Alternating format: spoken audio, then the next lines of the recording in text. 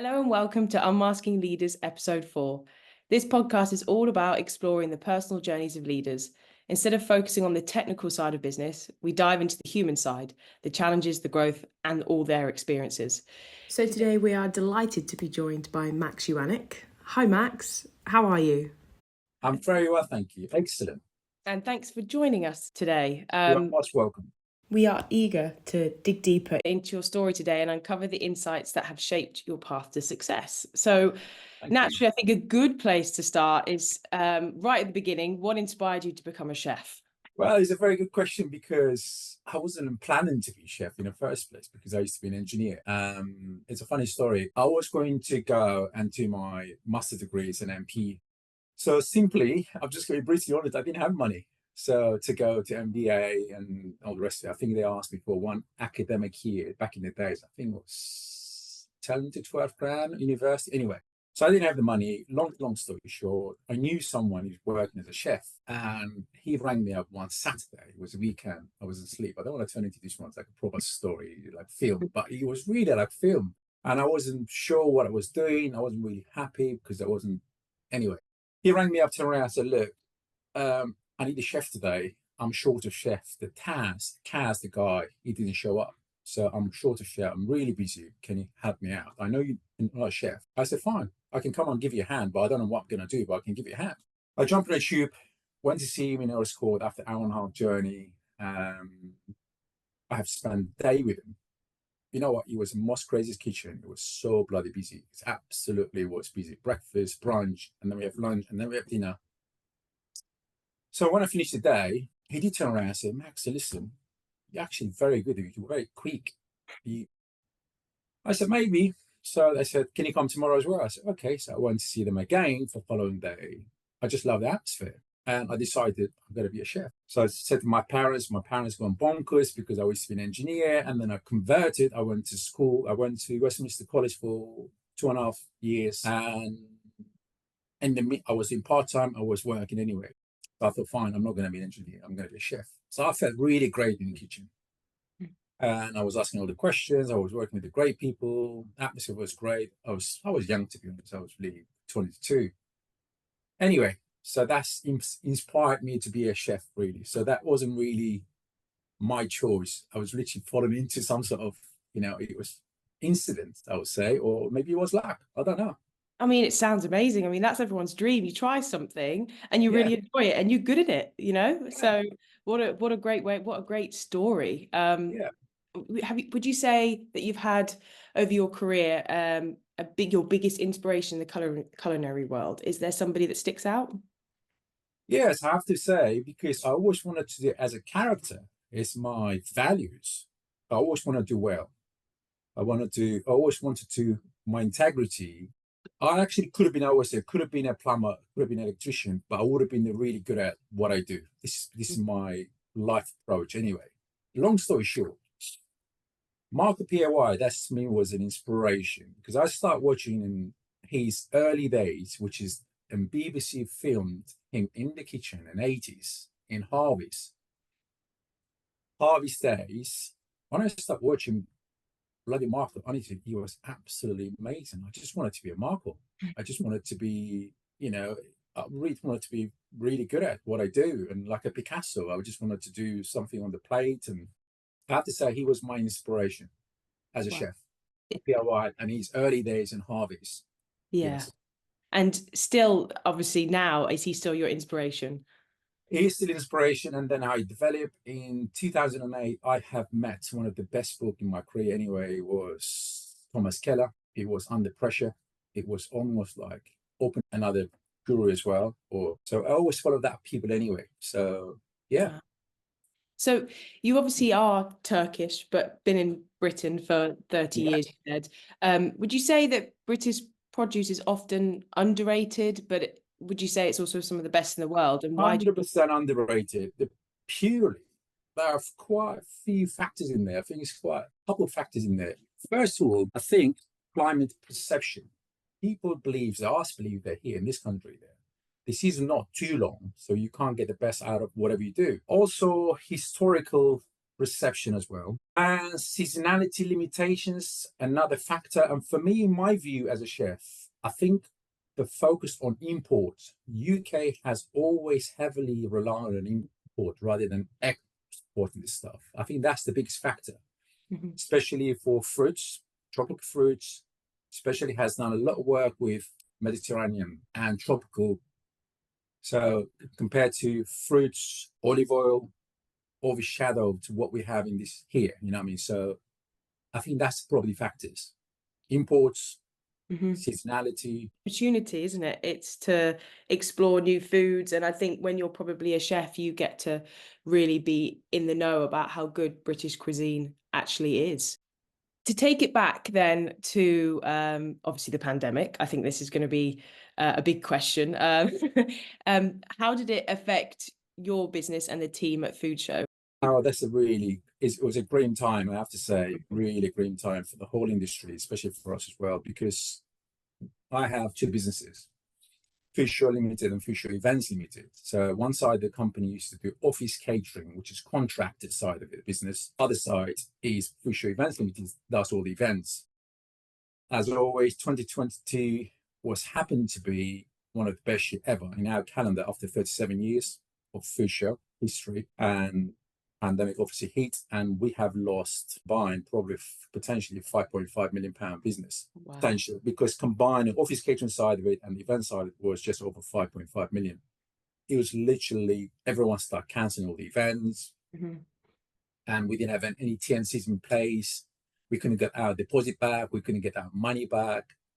So there's a lot of people booked in advance. We've done so many tastings because we didn't have that kind of risk in our mind, and we didn't have anything in place to be able to protect ourselves anyway. So we lost so much by the very beginning, to be honest. And so they rang me up, they did turn around and said, look, we got 100,000 cookies in the freezer. I think we need to do something about it. I think they laid off entire staff. Look, I just stayed at home up for a week. You know, that was an intense time for the COVID anyway. I said, you know what, I can't just stay at home. I need to do something anyway. I was bored. I said, look, what I could do with these cookies? I said, look, I could maybe send to NHS. So NHS Hospital, I looked into NHS. We have made a plan of we're going to be sending 1,500 cookies a day for every single, within the area, within M25, every single NHS hospital every day. So we have sent 1,500 cookies packed, chilled properly, and delivered by ourselves, free of charge, every day for 28 days. Wow, that's amazing. So after 28 days, here we go. We finished all the cookies. We ran out of all the cookies. So if you ask me any question about cookies, I can give you all the answers about cookies because I've cooked enough. I cooked over 30,000 cookies within 28 days. And then the team was, we've been blessed in many, many ways. And one of them always has been, to be fair, my staff. So ever since I've started my journey, some of the staff still with me. Some of them 20 years, some of them 19 years, 18, 17. And I decided to buy franchise, which I could do some deliveries. So I bought a franchise with 19 brands. Wow. And I didn't know what to do, to be fair with it, because anyway, long story short, I brought the team back, the entire team come back. So literally after a week, after training, we've gone live. After we've gone live, it was insane. It was like a Trafalgar Square where we are. We start selling deliveries. We start doing, I mean, we used to do everything, to be fair. We used to do like sushi delivery, burgers, vegan, KFC chicken, you name it. You name it. I never done it before in my life. But was it really great? No, it wasn't. But we got the team spirit. That team spirit was really important. We didn't make money, to be honest. I'm not going to lie. We did not make any money. But the team was stay downstairs. We had work together, and the team spirit, we were downstairs for 7 days a week until, and I decided to buy another franchise with another 5 brands. So we started carrying doing other stuff. And I started talking to Five Guys. I started talking to other people as well. I was making sauces for the Five Guys. I was making pies for one Canadian lady. She was mad about pies. And one vegan pie, were particularly she was mad at. She was in Canada. Apparently, people, when they go to visit someone, they normally take pies. So she had a very specific recipe for the vegan pie, and start selling these pies to Whole Food and chain. And come up to me and said, Max, can we make these pies? Maybe 1,000 pies a week. There was a quite big pie to share. So I started making pies. I started making the sauces for the five guys. For the people can share in the garden. We created our own brand, which is called Scotch Bonnet, which is basically is a curry brand. Because I used to work with a guy who's a Jamaican chef. He was the best Jamaican chef I ever worked with. He was stars anyway. He had a star, and we created our God's curry recipe anyway. So we were start selling it, and then we've done our famous. I just thought, what if I do this one as a larger version? People can experience these burgers everywhere as a kit, Mm-hmm. a home recipe kit. So you basically just got creative and found So I like created boxes. I went to this boxes company. We've done the boxes. We've done the recipe kits. We've done recipe cards. We've tried and tested it for more than 6 weeks. It makes after perfected it, everything for everyone came almost like idiot proof. And to be fair, it was phenomenal. Then again, don't ask me. We didn't make much money. This is not about money. It's about we kept ourselves busy. I was going to say team as well. The strong team spirit. We got Yeah. this team spirit anyway. And Yeah. when the world's open for events, unlike anybody else or everybody else, we were good to go. Mm-hmm. Yeah. We didn't want to waste time to find the chefs because a lot of the industry people have left the companies, have left and converted it. They left the industry. I think they saying after COVID, 500,000 people left the hospitality industry. So 500,000 trained from top to bottom people left the industry. Anyway, so yeah, we kept it going and events open again. And we've started doing events. Obviously, we just keep closing, opening, as you know, anyway, until 2020, mid 2020, early 2022. I can't remember anyway. So it was a tough time though, still. It was really, really tough time because the office upstairs was completely gone because everyone moved out of country. They wanted to have a different lifestyle. I think they realized that they don't need to stay in London. Some of them has a relative out of town anyway. They just want to live somewhere a bit more rural, a bit more, lifestyle, if you like. They want to work and life, So the office side of it was really tough, I have to say, because I was doing both. I was doing upstairs, I was doing downstairs. And then when the events opened, I had only one guy who was working with me, and we've done £500,000 business 2021 September, literally just came out of blue. Just like films, we were literally running every single cash from the business. We were investing in people, paying them because we didn't have anyone on furlough. Everyone was got paid from business because they were working downstairs. Honestly, it was almost like a last moment, and then all of a sudden, bang, we bounced back again stronger than ever. That's great. So would you say you learned a lot about leadership and adaptability through COVID, or was it already something? Yeah. Because you always realize you're strong, but you just don't realize how strong you are unless you test it yourself in reality. Mm-hmm. Because you know that when you're desperate, you're just looking for an option that you wouldn't believe is here. And just to be adapted with everything, with the menus, with the transport, with the team downstairs. COVID was, for me, my career, my life was another page anyway. So yeah, dream time, but we just bounced back stronger than ever, genuinely, is how I believe. So maybe not necessarily around COVID, can you share a time when you experienced like a significant failure, either personally or professionally, and how that specific experience shaped your approach to leadership or decision making? To be honest, this question is a bit, because I was looking into this question anyway. Thanks God, I'm not going to lie, but I don't have that kind of failure in my life. Hopefully, I'm not going to have it ever. But if I ever, when you're brutally honest, maybe we shouldn't be recording this one, but when I've changed shifting my approach from downstairs to upstairs, virtually you're dealing with the chefs for almost 20 years. And then you go in upstairs and then start running the business and get handedly and start dealing with the office people. That was a very different tone of approach, which I wasn't aware of. So that's probably one thing I should have learned beforehand rather than experience it a bit. And learn. So that was, for me, was a failure, to be fair, because it was a very different kettle of fish upstairs than downstairs. This is what we call office upstairs and the downstairs kitchen. This is what we have, that kind of. So yeah, Would it be a communication difference? Is that part It's of it? massively, Yeah. massively. It's extremely fragile, communication difference. And you almost have to walk around the eggshell. You need to be extremely careful how you're going to speak to them, how you're going to approach them, because downstairs it works very differently, almost like military. This is what we're going to do. This is what we're doing. Yeah. We're going to get there, whatever it takes. Office, say this word, you turn around, there's no one behind you. There's everyone gone. So, Yeah. yeah, I think that was really hard, I have to say. And I had a very young team in 2022. And average age group was between 20 and 23. And almost like dealing with youngsters, not because of they are young, because they are quite inexperienced for the business, how experienced business was. That wasn't aligned in business's values.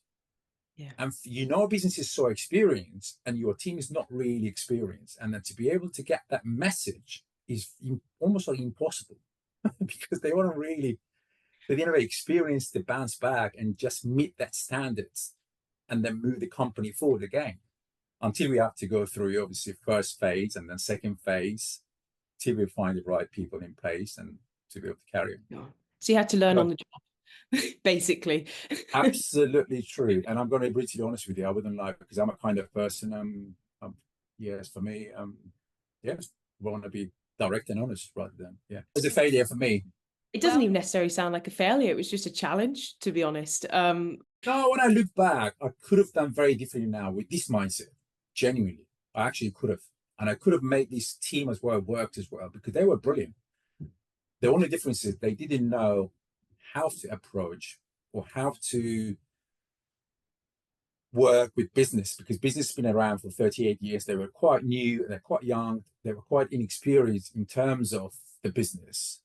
But if I had this mindset, I would have made them part of the journey, if you like. Yeah, So I think, rather than just finding faults and issues. yeah. If that makes sense. Yeah, no, it does. So, yeah.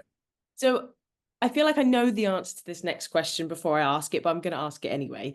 Yeah, of Has there course. ever been a moment when you felt like giving up, either in your career, or is there any personal values or external factors that helped you push through those times? Thanks God, I never had that moments in my life because I'm military trained anyway, by the way. There's for me, I always believe in integrity and I always believe in persistency and keep pushing. And for me, there is no in between, black and white, almost survive or die. In between, there isn't an in between. But I have to say, going back to COVID again, okay, there was a time because it was quite green time and dark time. You actually think there was a time, probably this is it. We don't have any more, and that's it. That's the this is it. But So you're quite a positive person then, would you I say? am. I really am. I really am. So I never give up, honestly, because I always said I want to carry on. I want to leave this light open until the last day. If I want to go under, which I said, I hope I would never going to go under because of COVID anyway, whatever's reason anyway. If ever these things happens, yeah, things happens anyway in life. And I was going to say, what I would have said, I would have said, I've tried everything in my power to be able to keep it, but it didn't work out for some reason. Rather than just sitting around and waiting, you're thinking, oh, doom and gloom, what am I going to do? So we've tried genuinely everything. I genuinely believe universe is giving you back because you know that move when you move, you're moving something with you. That could be your luck, could be your opportunity, could be your right people in place. Just like a frequency, you're attracting the right people. I genuinely believe this. Yeah. That moment, honestly, look, we didn't get paid. Well, I didn't anyway. The staff was getting paid. But I was here from 6 a.m. to 12 o'clock in the morning. We were washing, we were cleaning, we were doing deliveries. I'm just saying, honestly, I can give you a list of people there. Actually, I have almost like partnered with during the COVID. You wouldn't believe every single part of the business in hospitality, from the Five Guys, from the KFC, from Crickets. I had another kitchen with obviously office catering side of it. We've lost 1,200 people. We used to cook every single day, breakfast, lunch, and dinner. I had 15 chefs, 4 porters, and 4 drivers. Nearly 24/7 operation. we had to shut down within 24 hours. And we didn't even know whether we're coming back. I had another unit, I have to sublet it. So that's what I've learned. I start subletting it. I actually realized, actually, I could do this one. So I was actually generating more money than what I used to earn, not from the business, from the actual property. So I learned that side of it as well, because you start doing, oh, you can subletting it. Yeah, I could maybe do this one. I could rent it out per budget spend. So let's say I was giving £5,000 a month rent. Because I was subletting the bench by bench, I was earning more than £12,000. I was generating 12 grand for business. It's unheard of, but it's possible. We didn't have that kind of fear that we're going to be COVID, we're going to get sick. So be it. Yeah. Because when you have that kind of fear that you're going to lose what you have, it's a lot worse than COVID. Trust me, deep down, because your investment going away, fading away. It's a very uncomfortable time. Yeah. But in a nice way, probably blessing it. Yeah. Blessing the sky. I mean, so yeah. So as a leader, it's that element of every night, as long as you can look yourself in the mirror and know that you've given it your all, and you've looked at all these opportunities, you're probably sleeping relatively easy, I say, even though it's through COVID, thinking that I've done everything I can to come out the other side of this. And I think that's the positive and we did. mindset. 100% we did. And sadly, many people they just could not. They're just giving up, because a lot of people think the business is not going to come back. So a lot of people lost the team. One thing I haven't lost, the engine room downstairs. If I've lost the team downstairs, there was consistency of the business would have been out the window. So that would have been impossible for this company. This is what we do, what we sell, food. As a food company, that would have affected business massively. So I always knew it because I was part of it. I was chef anyway, chef owner. So for me, that was the key. I'm not saying, yes, we've lost upstairs, fire team is gone, because obviously we didn't need office. No, we do need this working hand in hand more than ever. As a business owner, I've realized that they have to work 50% hand in hand. When I used to walk downstairs for the last 20 years, I always used to think that we were the most important part of the business. And upstairs, they're not doing much, literally they're answering phones and a couple of emails and stuff. But this is actually brutally honest. I'm not saying, I'm not devaluing their work. Genuinely, this is how it comes across when you work downstairs, when you don't know anything about it. When you start running business, when you see the combine, and when you see, oh, this is actually not true. Because without them, we don't have anything to cook. Team, yeah. It's a teamwork, it's a team spirit. Now, 100% back me, better leader, stronger leader, and you can adapt to any situation, because without going through that trial, you don't understand what it means until you try. Absolutely. So in an industry known for its intensity, I think that's safe to say, how do you manage feelings of vulnerability or doubt, especially when others look up to you for strength? Look, as a leader, I always say, I always used to come in the kitchen, always, even now, no matter what problem I have, well, thanks God, hopefully I'm not going to lose that, but I don't want to show or project any of my problems to my staff, because if you start projecting your problems to staff, especially as a leader, they're like a sponge. They're looking up to you. If you're upset, everybody upset. If you are sad, everybody's sad. If you are angry, they're all uncomfortable. When they're uncomfortable, the food is uncomfortable. Because I can genuinely tell you one thing. I can taste the anger and problems in the food. I can taste it, because I love human being and how the human being works. I've done so many, I've read so many books about human being, how the human being works. I have same chef downstairs for 18 and a half years, Lena. Lena has been working with me ever since I've started in the business and company. And as a morning routine, everybody asks everyone, what would you like, tea, coffee? Because we know who drinks what. We've been working together for years. Honestly, Lena makes me tea for the last 18 years. And that tea, I know from the first sip or whatever comes to your table, the way it looks, the way it feels, the way it tastes. I can see straight away there's a problem in the tea. And I can tell she has got a problem. I can turn around and say, Lena, what's the matter? She's going to say, whether it's my tenants, my husband, my dog, my mom, I'm sick, uncomfortable. I can taste the anger in the food. So I always said, more than ever, if you want to keep your team happy, you've got to be happy. Wow. So that's a skill, tapping into 100%. I can taste the anger in the food. And I can, if I go out, if I have a really good meal, that. guaranteed, drink that bloody tea. If it's coming with that bad energy, I wouldn't drink it. Wow, that is news to me. I mean, I would 100%. that's amazing, that you can be Yeah. so clued into your team through, taste. So to be able to answer your question again, how are you going to always keep myself strong, always keep myself happy? Yeah. And resilience. For me, that's it. For me, it's more than anything, not just a day work. For me, just a mission, Mhm. destination rather than journey. Yeah. So would you say with all that, because obviously there will be stressful situations going on in the business, obviously leaders can go through phases of burnout. Have you ever experienced periods of exhaustion yourself? 100%. I think that's a part of the problem. And COVID actually shown and proved really well. I think that was maybe had to happen for industry. So a lot of the chef industry, this is my early days, my career anyway, chefs been abused. I would say industry-wise, hospitality staff always been abused.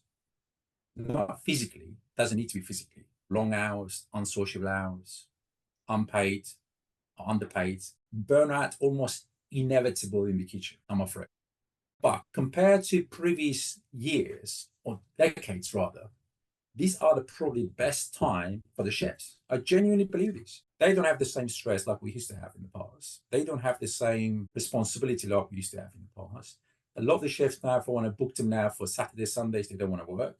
It's almost impossible to, not impossible, it's very hard to find chefs now are going to work Saturday, Sundays. They don't want to work Saturday, Sundays. But people didn't know anything about this one till COVID happened. Because COVID, I think, is almost like a wake-up call for everyone. It's like, oh, listen, life is too short. Yeah, yeah. Maybe we should have a little fun. At the same time, we can work really hard. But what we used to do in my 20 years, we worked really hard, but we didn't have fun. I mean, fun was just achieving something. That was the fun part. But as a human being, you have to have a time, some downtime to be able to recovery time, Yeah. if you like. So yes, there was many moments that you come physically, mentally, because you did long hours. We used to average, back in the days I'm talking about, 18 hours a day, 18 hours, 17, 18 hours. That was norm. As a leader, I'm sure you're probably trying to, learn from Yeah. the COVID period and make Yeah. sure chefs don't get to 100%. that level. 100%. So what we do now, I'm trying to find out the balance, because I'm one of them. I just want to make sure they all understand it's not about long hours. It's about, we need to enjoy that journey. We need to enjoy the day. So we trying to find out, I always have find that right balance in business. But sometimes, like I said, inevitable to do long hours. This is part of this is part of your trade, part of your, journey, really, if you like. So yeah, but yes, I'm afraid, answering your question, burnout, inevitable in the kitchen. And as a chef, obviously creativity is at the heart of what you do. Can you share how you stay inspired and push culinary boundaries even when faced with the pressures of running a business and meeting client expectations? Absolutely true. Look, this for me, this is a true story, and I have always done it. If you ask anyone in the industry, they're going to turn around and say yes. Even though it's my business, my early days in 2010, I would say, for me to be able to become a leader and lead as a leader, as a good leader, I have to be better than anyone. Not in terms of, not in a nasty way, not in a hooky way, not in a big-headed way. This is completely about skill set wise. If you want to inspire other people, you have to have a skill set. And I have worked in many, many, many people in my life. I couldn't stand them personally, but I worked with them very happily because they bow their skill set. So I always see that kind of fine line. I thought, you know what? People can only follow me if I have a skill set. If they see the leader, he's pushing better than anyone, more than anyone. So what I've done in 2010, I have worked every time I had a downtime or day off. I've gone out and worked star Michelin chefs. I picked up one. A simple question: can I come and spend with you a day or 2 days? If I had a week off, unpaid, volunteer. I work with them to be able to learn new skill set, So on my own time, I didn't get paid for it. I spend my day off just going out and working with other people to inspire me. And I have inspired massively as well. Almost every person I met in the kitchen or every other kitchen, they inspired me in some ways. So I have learned so much from other people as well. That for me kept me going.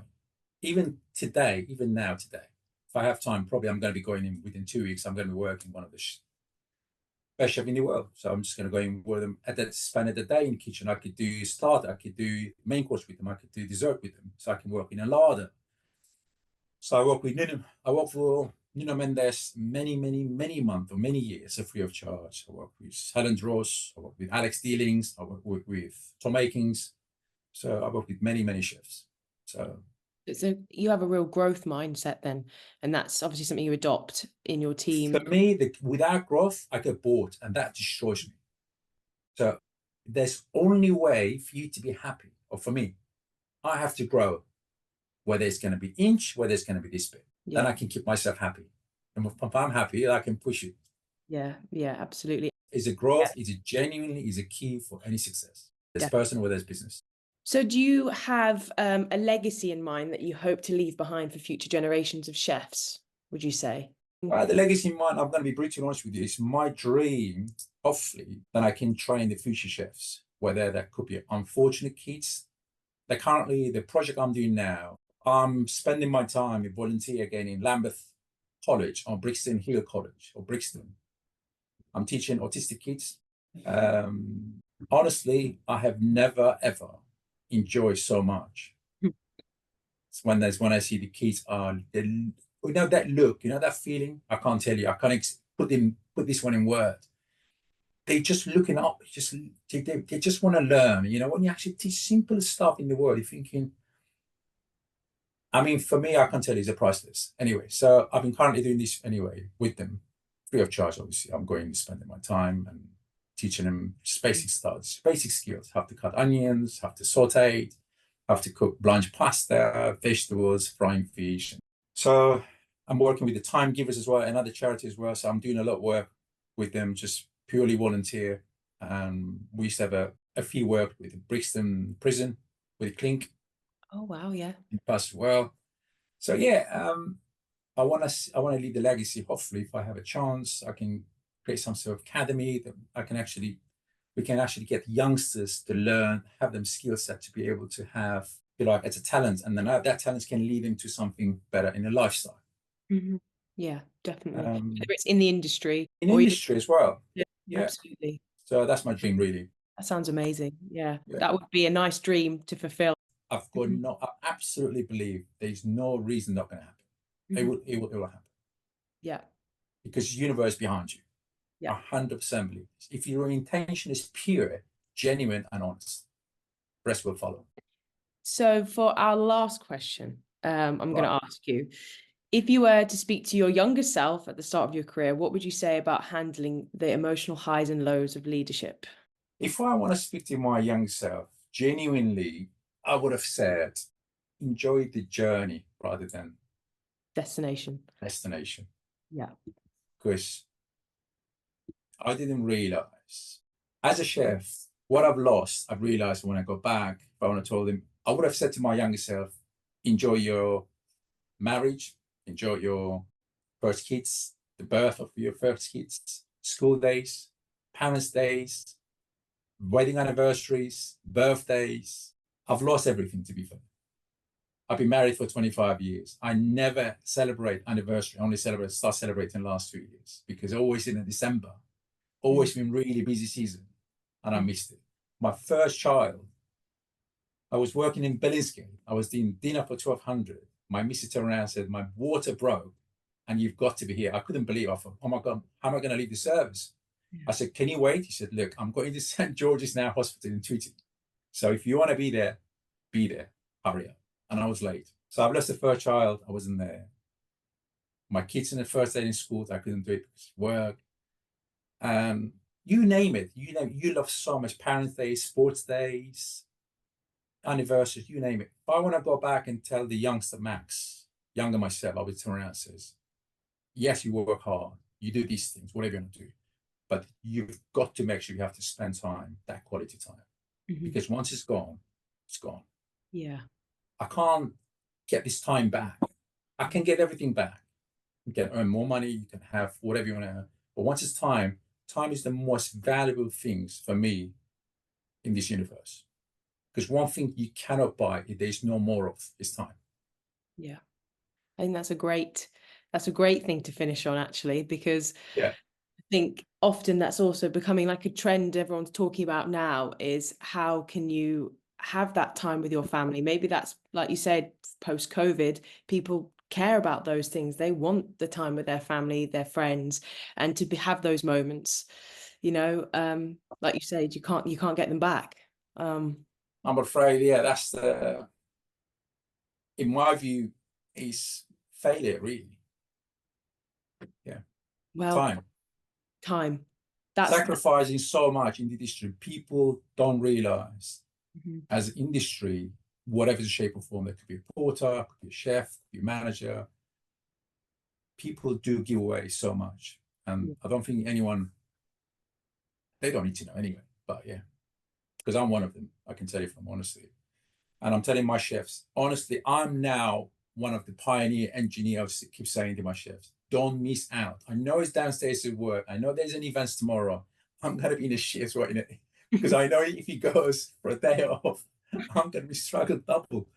But I don't want him to experience what I've done, what I've gone through. I don't want him. If they got young kids now, I want to make sure, guys, spend time with them, please. Go for the birthday. Do your anniversary. Ask me for a day off. It's not a problem. Don't do what I've done. Yeah.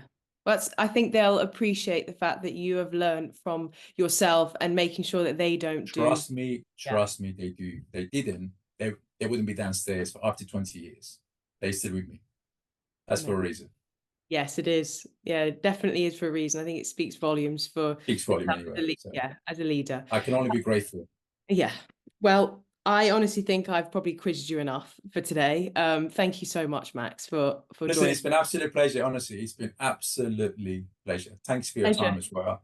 I thoroughly enjoyed as well. I think it was great. So yeah. Yeah, the pleasure was all ours. Any other question? Drop me an email. What's up? Text me, whatever. It's fine. I'm happy to answer any question you might have. So yeah.